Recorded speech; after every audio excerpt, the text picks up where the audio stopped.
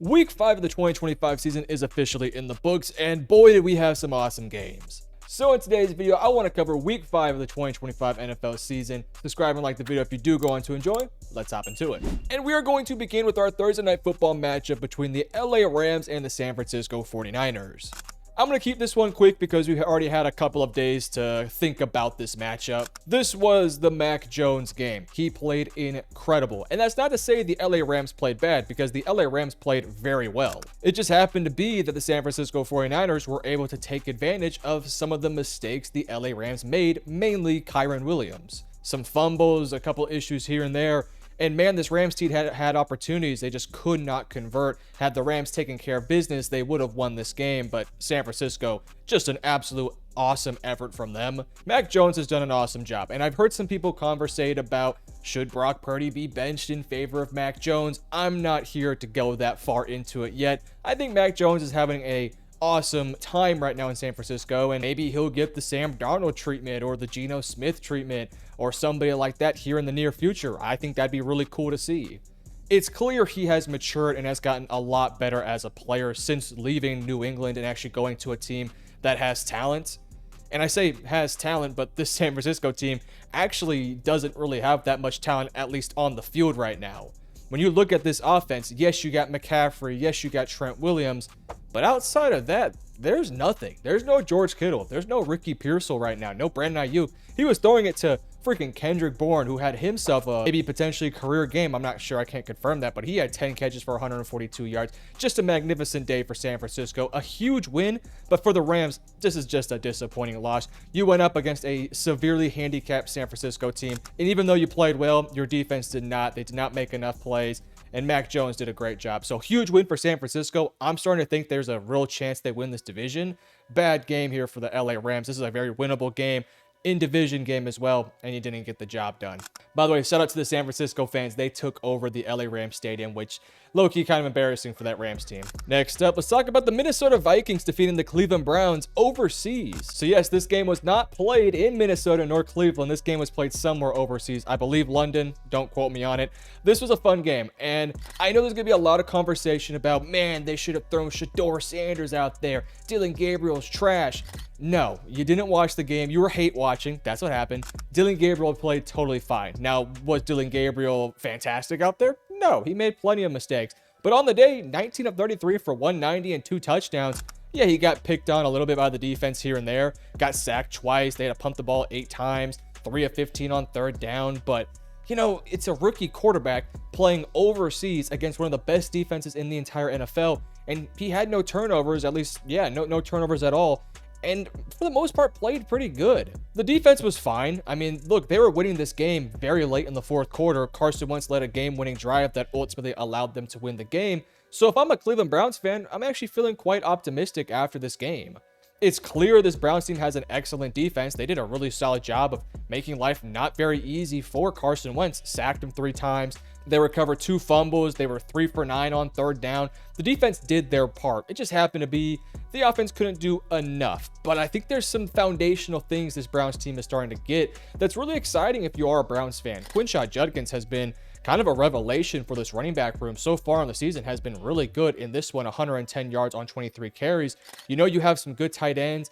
You know, you have a couple decent receivers. It's clear that Dylan Gabriel's probably not their future starter, but for all the conversation about Shedeur Sanders, let's just stop it. Dylan Gabriel's had a really solid day, and we'll see if he can keep it up. If he struggles the next couple weeks, then yeah, throw Shedeur out there. But until Dylan struggles, I say you keep Dylan Gabriel out there because I thought he played mostly fine. As for the Vikings situation, look, it's clear they have a very talented team with a lot of really good pieces, but they're still figuring things out. This offensive line hasn't been healthy for most of the year, which has been very disappointing because at the start of the season, there was conversations about this offensive line being the best in the entire NFL, and we just haven't really gotten to see that full unit at their full strength. So hopefully at some point we get there.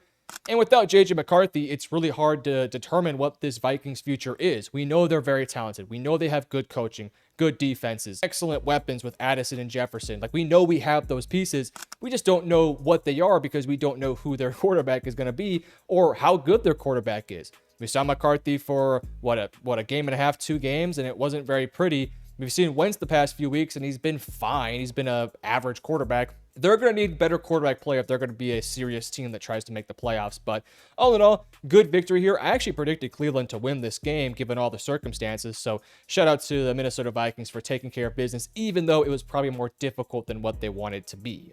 Next up, let's talk about the Dallas Cowboys defeating the New York Jets 37-22. So the final score is not really indicative of what the game actually was, nor was the stats from the Jets side of things. They were able to score 16 points in the fourth quarter. That turned the game from, I think it was at one point 30 to 6 at one point. Yes, they made a couple plays. You got to give them credit for fighting and sticking throughout, but the game was not that close. The Dallas Cowboys handled business. And that's not to say that Fields and Brees and Garrett Wilson didn't make plays, because they made some plays. They moved the ball, but penalties were pretty tough on them today. They just made a couple mistakes when they mattered most. That kind of took them out of the game. They just wasn't a great day for them all in all. 7 of 16 on third down, 1 for 3 on fourth down, which were, very unfortunate. 5 sacks allowed, which is very disappointing too, because this Cowboys defense is not a good pass rushing unit. Some of them were on Justin Fields, were holding on to the ball too long, but some of them were just this Cowboys defensive line making plays, and that's going to be disappointing if you're a Jets fan. Again, I talked about penalties, 10 penalties for 61 yards. Dallas also had 11, so take that as you will. A big fumble loss too. Just a really unfortunate day here for the New York Jets. They did not play clean football. They had opportunities to make the game a bit more contested, and had they made a fourth quarter comeback, if the game was a little bit closer, then you never know. But the defense couldn't get a stop. Dak Prescott, let's talk about the Cowboys side of things, man. I'm a Cowboys fan for full transparency. And of course, I'm going to be singing the praise of Dak Prescott, whether he plays good or bad. Dak Prescott to me is one of the front runners to an MVP right now. If they were a well above 500 team, I'm talking like 4-1 or 3-2, I would say Dak might be the front runner. Dak Prescott is playing the best football of his entire career, and it's a beautiful thing to watch. If this defense can just take a slight step forward, this Cowboys team is going to be a really interesting team. I don't want to overreact because they beat an 0-4 team, now 0-5, but they beat this team handedly with no CD, no Turpin, 4 starting offensive linemen out, and a not so good defense, though they played decent enough in this one. So Dak Prescott's absolutely balling. He had himself a big day. Javonte Williams, man. 16 carries for 135 yards and a touchdown, multiple big runs, which was something that Dallas has not had in a long time. He made plays. George Pickens was mostly quiet, but he did have that big touchdown play that was really fun and really exciting. My guy Ryan Florina got himself a shot up there, 6 for 114, and Jake Ferguson continues to ball. This Cowboys team is really fun to watch, especially when they go up against bad teams like the Jets. The Jets have a lot of work to do. The Cowboys also have some work to do, but this was a very fun game for all Cowboys fans. Next up, let's talk about the New Orleans Saints winning 26-14. This was a surprisingly really fun game, and shout out to those Saints fans, man. This is an 0-4 team that crowd was nuts. I mean, they were in that game, which again is shocking for a team that is not very good. And give them their flowers. The Giants jumped them a little bit early, took a bit of a lead. Then the Saints responded. They made some big plays. Spencer Rattler had a big touchdown throw to Rashid Shaheed down the field. That was an absolute dime. Look, I've said it throughout the season. I said it in week 1, I said it in week 2, I said it in week 3, I said it in week 4, and I'll say it again here in week 5. Spencer Rattler is a good starting quarterback. And if I was the Saints, why would I draft a quarterback right now? What's the point? We are so far away as a roster, and with Rattler starting, he's good enough. So what's the point of going out there and drafting a quarterback when you have this guy in Spencer Rattler who's absolutely dealing right now?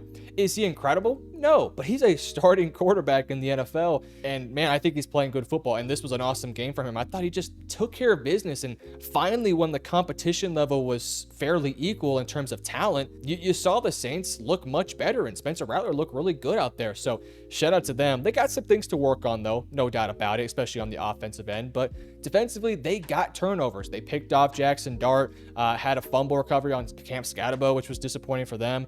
For the Giant side of things, it was really exciting early, and it looked like this thing was going to head to a route for Jackson Dart and this Giants team. Then things went against them. A ton of turnovers, bad third down, just bad first down operations, 8 penalties as well. A total of 5 turnovers on the day, which was just really frustrating because, again, you thought you had him in the first quarter and a half, maybe quarter and 3/4, right? And then the turnover started to happen, and they continued to battle. I'll give them their flowers. I still think Jackson Dart's making a couple of really nice plays out there. The interceptions were bound to happen eventually, but I'm still feeling good about this Giants team. I still think that they are a team that can get to about 5 or 6 wins, and that would be impressive, especially with their schedule. So we'll keep an eye on it though. But for the Saints, a very positive win, positive thing for the fan base to still be in it, man. Yeah. So all in all, fun game, really fun game.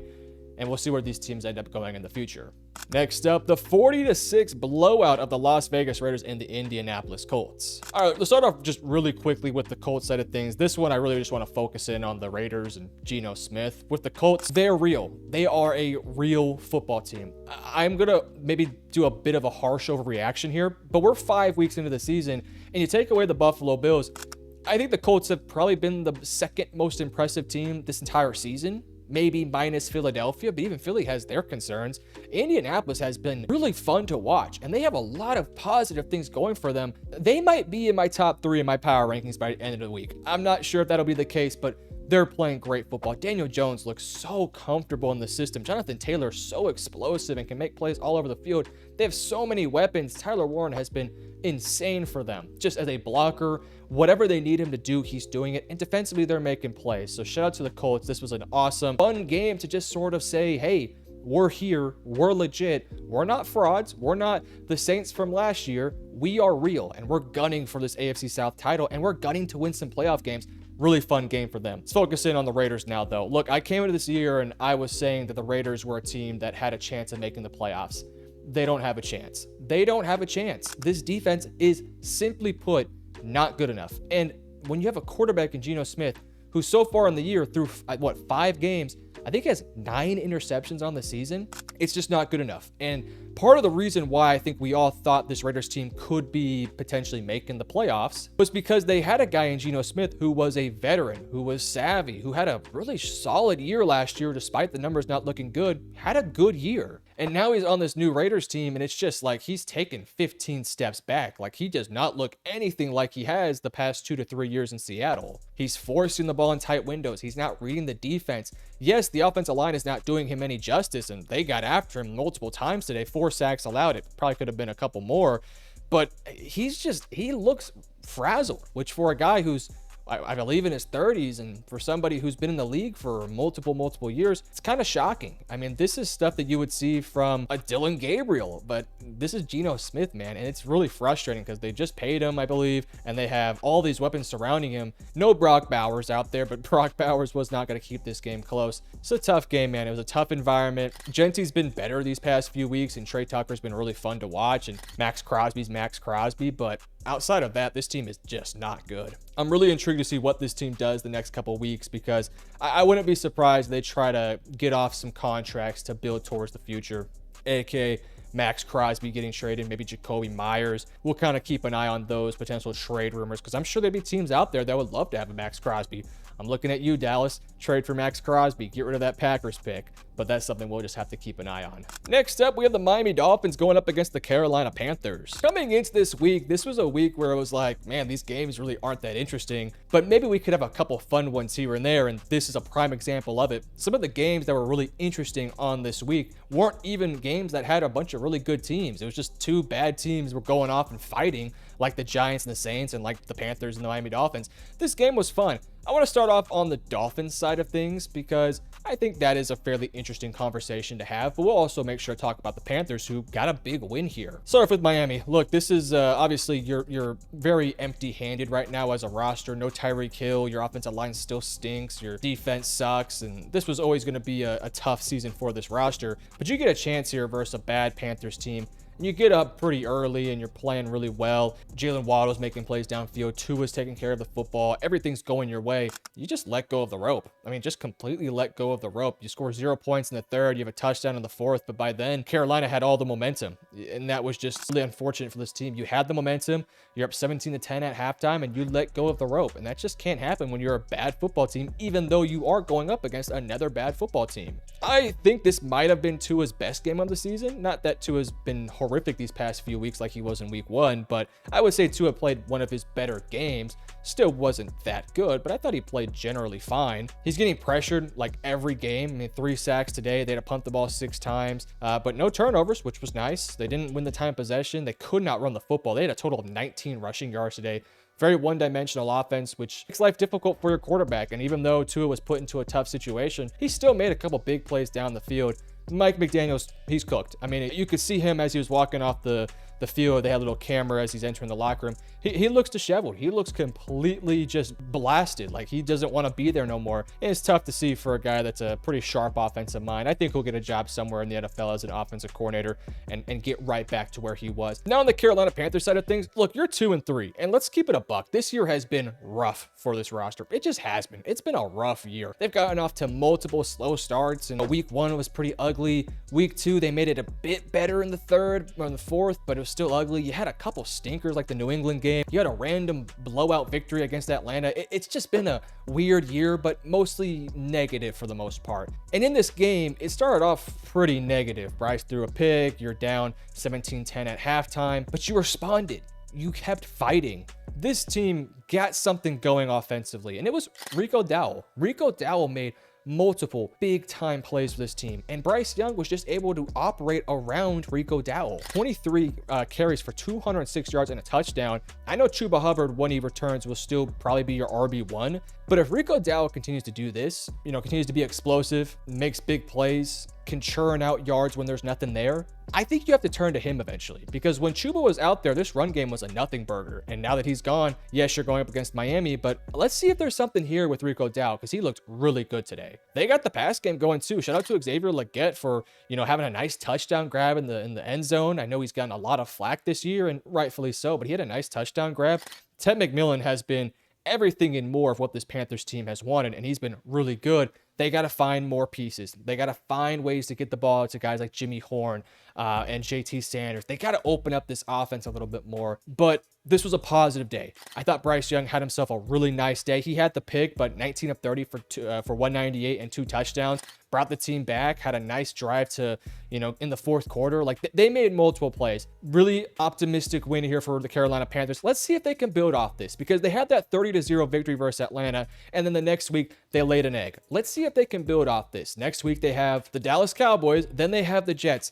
Look, I know the Cowboys have a great offense, but their defense stinks. I want to see Bryce carry this over next week, and then I want to see him carry it over again against the New York Jets. 2 matchups here that I don't think they're going to beat Dallas, but can they be competitive? Can they score? Can this offense look functional? If they can do that, then maybe Bryce is, silencing the doubters a little bit, which would be very nice for this Panthers team. Next up, let's talk about the Denver Broncos surprisingly beating the Super Bowl champion Philadelphia Eagles. It looked like for a while that Philadelphia was just gonna kind of put a vice grip around this game. It's kind of what Philadelphia's done the past couple years. They don't really blow out teams, but they can score 24 points and just sort of sit on that lead and find ways to win games. And that's kind of what it felt like was going to happen in this one. Philadelphia had multiple opportunities. They were up 17-3 in the 3rd quarter, and as we entered into the 4th, the game looked basically like it was over because Bo Nix and that offense wasn't doing a whole bunch. They didn't run the ball very well. The defense was playing well enough, but they weren't getting any help from their offense. And then Bo Nix woke up. And then this offense woke up. The play calling got a bit more open, it felt like. It felt like things were starting to get open down the field. Guys were making plays. Cortland Sutton had multiple big-time catches. And you started to see this Philadelphia team sort of on the reels a little bit, just kind of backing up. And they weren't making the plays necessary to win the game. The offense was quiet. I mean, they were very quiet, as they've been most of the year, minus the Rams' second half. This Eagles offense has not been that great. They looked good early on. Saquon Barkley had a big catch for a touchdown. A.J. Brown made a couple of nice plays. Devontae Smith had a bunch of big plays. Jalen Hurts was moving the ball well. This is one of Jalen's best games of the season, but it still only amounted to 17 points. Mistakes, man, just mistakes. 9 penalties, 2 for 11 on 3rd down. Unable to run the football, which is a huge issue for this Eagles team. They've got to find a way to get Saquon Barkley going. He had 6 carries today. Saquon Barkley had 6 carries today. I know it's the Denver Broncos, but how can that happen? Just a bizarre one. And then for Denver's side of things, look, this is a huge win. They needed this marquee win. They have been, a good team these past 2 years, or this year and last year, but they haven't found that big signature victory that cements themselves as one of the top teams in the league. And even though with the way the game went, I still am cautiously optimistic about this Denver team. You gotta win versus a team that won the Super Bowl last year. Who cares how the game went? Who cares you beat them by 4 points and Philadelphia made enough mistakes? A win's a win. I thought Bo Nix looked really sharp down the stretch. I love the way that he got Cortland Sutton the football, just sort of saying, my guy's better. I'm gonna give him a shot. They got the run game going a tad bit in this one, and their defense is good. This is a really good Broncos defense, and they kept them in this game. I'm not worried about Philadelphia. I think Philadelphia's going to be fine. This one just sort of slipped away. They've got to get this offense going, though, and they got to get Saquon Barkley the football more than 6 times running the football. They got to be better than that. Next up, let's talk about the Houston Texans beating up on the Baltimore Ravens 44-10. A lot of takeaways for this game. Now, I did predict Houston to win this one, so I kind of feel, I feel pretty happy that I got that prediction right. I didn't think it'd be 44-10, though. I was thinking more like 14-10 because this Houston offense has shown zero life the entire season, minus the 4th quarter versus Tennessee. But they showed up. CJ Stroud, one of his best games of his entire career. I mean, 23 of 27 for 244 and 4 touchdowns. They ran the ball well. Nick Chubb had 11 carries for 61 yards and a touchdown. They got Woody Marks the ball 7 times. The passing game was dynamic downfield. I mean, this was a Texans offense that we have not seen in the first 3 weeks. And if this offense could play like this, hey now, let's not count out the Texans yet. Now, with that all said, they went up against probably the worst defense in the entire league in Baltimore. So let's wait and see. I think this game was more about how bad Baltimore is, more so than how back the Texans are. I hope I'm wrong. I hope this is just that the Texans are back and they're ready to rock and roll. Let's wait and see on that one. But big win for the Texans. Good job just getting some momentum back, bringing in some energy and some excitement back in the building. As for Baltimore, boy, the mighty have fallen. Look, you can't talk about this game without talking about every single one of the injuries. They're massive. They're missing 7 of their top 8 players or something along those lines. No Marlon Humphrey, no Kyle Hamilton, no Matt Matabike, no Lamar Jackson. I mean, they're missing so many guys right now. They're not themselves. You have Cooper Rush out there. And Cooper Rush is a horrible fit in the system. I mean, he's an abysmal fit. I don't understand what the thought process or logic was when you got Cooper Rush. I always thought it was a very bizarre signing to have a guy in Cooper Rush who is as statuesque of a pocket passer as you can get in a system that is catered towards Lamar Jackson. I know that you've seen teams like the Eagles do something similar. We have Jalen Hurts, and then behind him, you have these white pocket passing quarterbacks. It just doesn't make sense. I mean, it makes zero sense. Cooper Rush was not good. He had a couple plays here and there. He got bailed out by DeAndre Hopkins on a pass, but he was not good. He was just not good at all. This was a frustrating one. Derrick Henry has just not been himself. He's made a couple big plays throughout the year, but the fumbles have been bad. This one, he can't carry the offense. 15 carries for 33 yards. This was always a tough matchup for Baltimore, and they are going to need Lamar Jackson to come back as soon as possible to even have a chance of finding a way to make the playoffs. You're 1-4. Realistically speaking, you have to win 11 games to make the playoffs, so that means they have 1 or 2 games left they can afford to lose, but outside of that, they basically have to win out the rest of the way, and I'm not thinking they're going to do so with just how bad this defense is. This is a bad Ravens team. They look nothing like themselves. I'm thinking after this year, I think Harbaugh might have to go.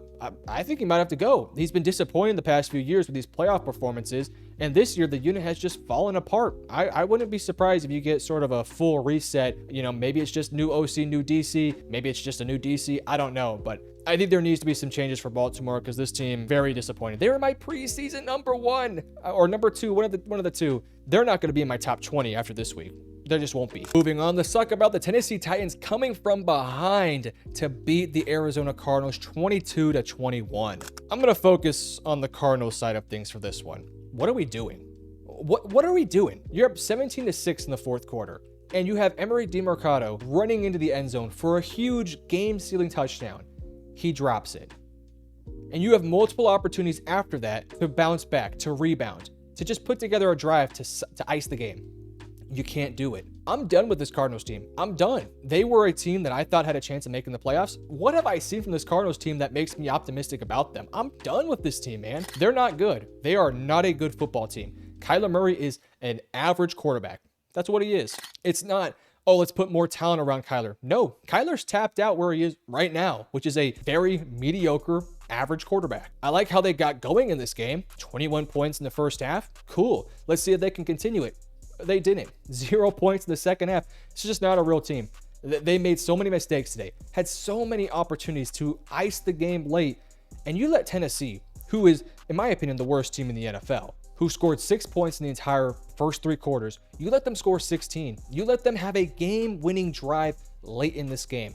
And shout out to Cam Ward. We'll get to this Titans team here in a minute, but shout out Cam Ward for making plays. Kyler Murray I'm just done with them. I am so done with this Cardinals team. They're pathetic. I mean, they are pathetic. 3 fumbles. The DeMarcado one is just inexcusable. What happened to this Cardinals team today? This is one of the worst losses of the year, no doubt in my mind. Just a horrific loss for Arizona.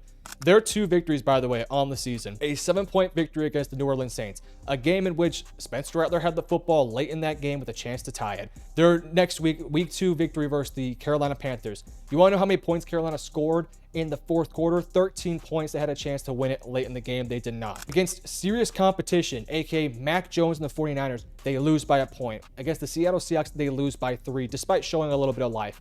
This week, you lose to Tennessee. The season's done. They're not a good team. Let's talk about the Tennessee Titans, though. Man, Cam Ward, this was a frustrating game for 3 quarters. It was frustrating. Defense was playing bad. It looked like it was going to be a blowout. Cam Ward was making mistakes.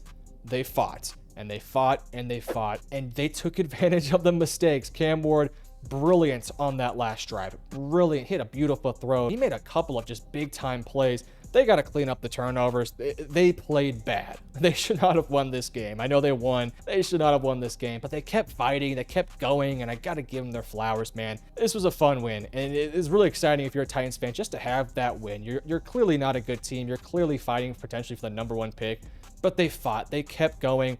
Calvin really had a big day today. Okonkwo, Gunnar Helm, your tight ends, you feel pretty fine about those guys. Like, there's things to work with here. And I just like how this team had all the comments from Cam Ward throughout the week of the we ass, we not good enough press conference. And man, it looked like they were asked for the first 3 quarters, but they responded, they fought. Got to give them their flowers. I still think Callahan should be fired. I don't like him as a head coach, but man, good for them to get this win. Good for them. Next up, let's talk about probably the game of the week. The Tampa Bay Buccaneers squeeze out a 38-35 victory over the Seattle Seahawks. I put on my Twitter, make sure you guys follow me, MetroSports YT on Twitter. I put out a tweet of this, kind of just talking about this game, and it was 2 anime fighters just absolutely dealing back and forth. That's what this game was. This was a beautiful, fun offensive game. Defensively, you could have played better for both teams. But man, it was just really fun to see 2 high-powered offenses with 2 excellent sets of receivers, 2 excellent quarterbacks, and 2 excellent head coaches and offensive minds to get this game to where it was just a back-and-forth game. Both of these teams deserve to win this game. That's not how football works, though. There is a team that has to win. Let's start off with the winners, the Tampa Bay Buccaneers. Man, what a game for Baker Mayfield. What a freaking game for Baker Mayfield. Sam Darnold, by the way, and Baker were both in that Carolina Panthers team. Kind of ironic how the Panthers suck and both these teams are good, but I digress. Baker Mayfield, 29 of 33 for 379 and 2 touchdowns. He was damn near perfect. I mean, he damn near was perfect on the day. Just dealing out there. Just absolutely dealing, making multiple plays over and over again. The run game, while had some big plays here and there, including 2 touchdowns, wasn't that efficient. Rachaad White only averaged 2.9 yards a carry, 14 for 41. But man, Baker just kept them in this game. Emeka Egbuka, he's a professional. This is a 10-year veteran in the NFL in a rookie's body. He is a professional. 7 catches for 163 yards and a touchdown. He catches everything you throw at him. He's awesome. When they get Mike Evans back, Chris Godwin, Sterling Shepard, Emeka Egbuka, your tight ends, it's going to be so fun to watch this offense. This was a very awesome performance for Tampa Bay and a big win. They made the interception late to find a way to win this one. Shout out to them. Defensively, they got to play better. Secondary's got to be better. They got to be better at stuff in the run, which is usually what they're good at. Still, though, fun shootout style game that they get the win on. Now let's talk about the Seahawks side of things here. I said it earlier, Seattle deserved to win this one just as much as Tampa Bay. They made a mistake late. And frankly, it wasn't really a mistake. I believe it bounced off the helmet of some sorts that led to the Seahawks turning the ball, or yeah, which led to the Seahawks turning the ball over, forced an interception. So it's unfortunate that's the way the game ended, because they were probably going to go down and try and go for a game-winning field, because it was 35-35 with their ball. Sam Darnold was also damn near perfect. I mean, Baker Mayfield was 29 of 33. Sam Darnold was 28 of 34. You take away the interception, which wasn't his fault. He played a perfect game. He played perfect. I don't care about the interception. He had 28 of 34 for 341 and 4 touchdowns. They did run the ball well. 10 carries for 86 yards for Kenneth Walker. Jackson Smith-Njigba is just... he's a superstar. He's a superstar. He's one of the best wide receivers in the NFL. We got to start putting him in the conversation with the CeeDee Lambs of the world. He's not quite the Jamar Chase or Justin Jefferson, but like that second tier guy, the AJ Brown, the CeeDee Lambs, You got to start having JSN in those conversations. He's having an incredible year so far. 8 catches for 132 and a touchdown in this one. AJ Barner with 2 touchdowns. Torrey Horton's been really good for them. Defensively, for both these teams, it was quite disappointing. Only 1 sack combined, but no penalties. You know, you take away the turnovers for Seattle, Seattle probably wins this game. These are 2 teams that I hope we see match up in the playoffs because these are 2 excellent rosters.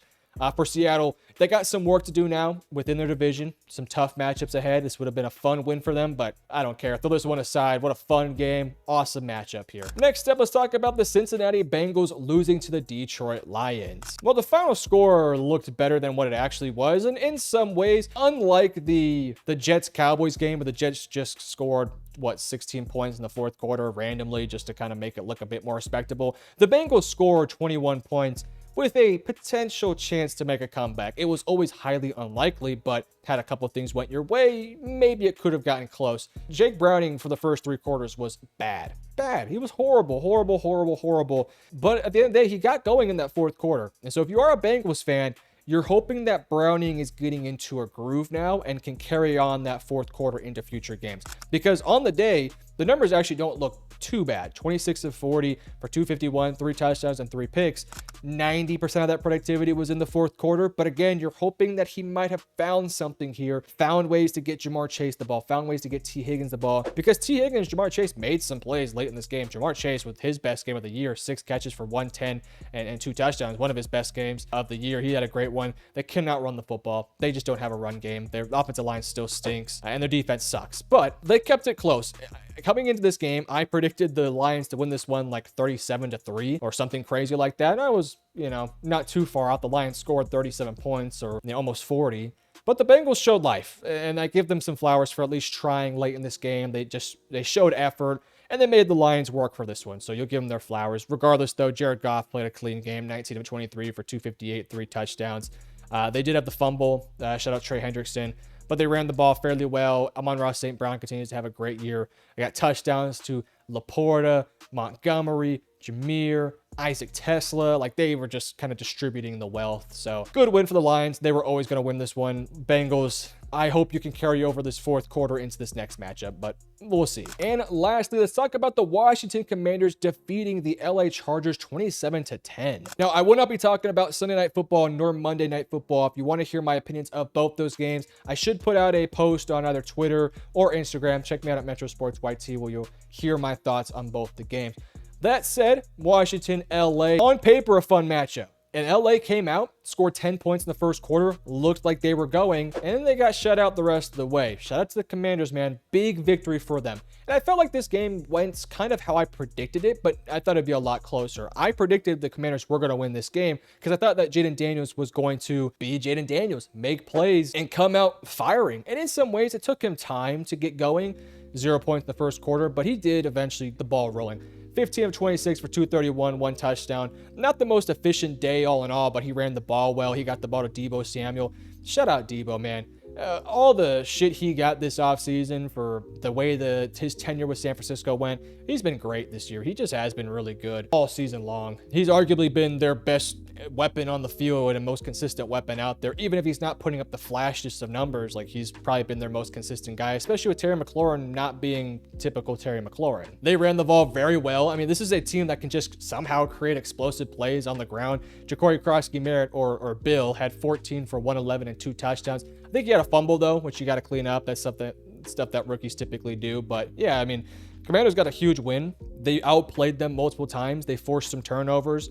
They kept Jaden Daniels clean, and they took advantage of opportunities. Whereas for the Chargers, you look at the numbers, they're not bad. 336 total yards, 9 of 16 on third down. But then you look at it, they had 5 sacks allowed. You had 2 turnovers. You had 10 penalties.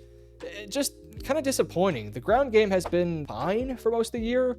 Amari Hampton, 12 of 44. Herbert had 4 carries for 60 yards. It's just been, these past few weeks have been tough because they started the season off huge victory versus Kansas City. Then you had a big win versus Las Vegas and a big win versus Denver. But these past 2 weeks, they look like they're missing something. And that thing might just be Rashawn Slater or a healthy offensive line. I don't know. But they're lacking right now. They're just lacking. Defensively, this was their worst game of the season, in my opinion. They played so well in the first 3 weeks, but in the past 2 weeks, they gave some life to Jackson Dart and Cam Scatabo, and that was disappointing. And this week, they let Jaden Daniels make plays all over them. Debo Samuel make plays. Ja'Cory Krosky Merritt making plays. It's just something this Chargers defense is not accustomed to, and the offense just has not been particularly great the past few weeks. Herbert had his probably worst game of the season, 22 for 29 for 166, a touchdown, and a pick. The pick, I believe, was, I want to say it was tipped. Don't quote me on that, but I believe it was tipped. So yeah, I mean, just, I don't know. They got to find a spark offensively. They got to figure out something because they will have big drives or big moments or a few big flashy plays, but it's just very inconsistent right now. They don't have a consistent offense. I think it's partly because of the offensive line setting them back with sacks, penalties, certain things like that. They got to clean that up. And defensively, they got to get back to who they are. Now, fortunately for the Chargers, their schedule is pretty dang easy the rest of the way. You do got the Colts in 2 weeks. You got Minnesota. You got the Chiefs. You got the Eagles. But, man, it's not the hardest schedule in the world. There's some very winnable games and some get-right games for this team. So let's see if they can ultimately do it. It would be nice to see them do so. But that was week 5 of the 2025 NFL season. Fun week of football. We got more on Monday, and then we'll be back next week for week 6. Subscribe and like the video if you did enjoy. Love you guys. Peace.